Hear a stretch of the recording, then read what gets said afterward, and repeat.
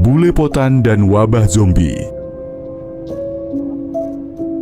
Sejak pertama kali menjejakkan kaki di Indonesia, Potan, seorang bule, dikenal dengan nama Bule Potan, langsung jatuh cinta.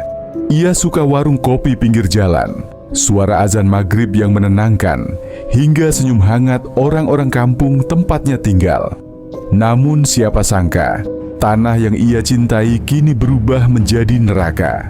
Wabah zombie menyerbu, jalanan kosong, toko-toko terbengkalai, dan suara rintihan makhluk lapar itu menggema setiap hari. Bule Potan berlari sekuat tenaga, napasnya terengah, ketika puluhan zombie mengejarnya. Ia berhasil menerobos sebuah rumah tua yang pintunya terbuka. Rumah itu sepi, berdebu, pemiliknya entah sudah kabur atau jadi salah satu korban. Televisi di ruang tamu masih menyala, meski listrik berdenyut lemah. Siaran darurat menampilkan berita. Wabah telah menyebar ke berbagai negara, dan sekarang ke Indonesia, penyebab masih belum ditemukan. Tidak ada obat yang efektif. Bule Potan duduk lemas, namun pikirannya tak berhenti berputar.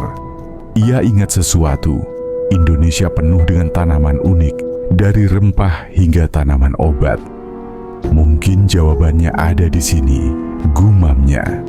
Malam itu ia memberanikan diri keluar. Jalanan gelap, hanya diterangi lampu jalan yang berkedip-kedip. Anehnya, zombie-zombie itu berdiri kaku, seperti tertidur sambil tetap tegak. Bule Potan melangkah perlahan, menahan napas setiap kali melewati tubuh pucat yang bisa saja tiba-tiba menggeliat. Ia menuju kios tukang tanaman di ujung jalan. Dengan cepat, ia mengambil beberapa pot tanaman, tanaman polong-polongan, jagung, bunga matahari kecil, hingga tanaman obat tradisional. Semua ia bawa pulang.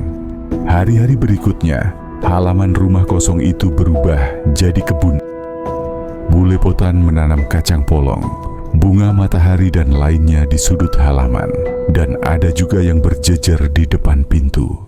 Tak disangka, zombie yang mendekat justru mundur, seperti takut dengan tanaman itu.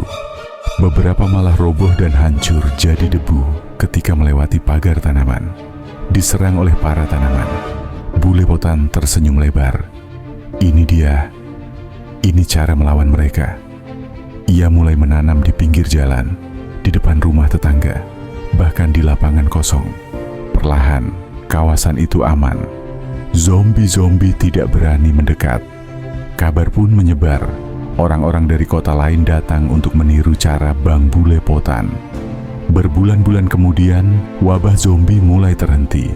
Tanaman Indonesia, sederhana namun ajaib, menjadi senjata paling ampuh melawan kengerian itu. Dunia tercengang. Negara-negara lain akhirnya mengikuti langkah Bang Bule Potan. Dari kampung kecil di Indonesia, ia berhasil menyelamatkan umat manusia. Bule Potan hanya tersenyum ketika ditanya bagaimana ia bisa menemukan cara ini. "Aku hanya mencintai Indonesia," jawabnya singkat.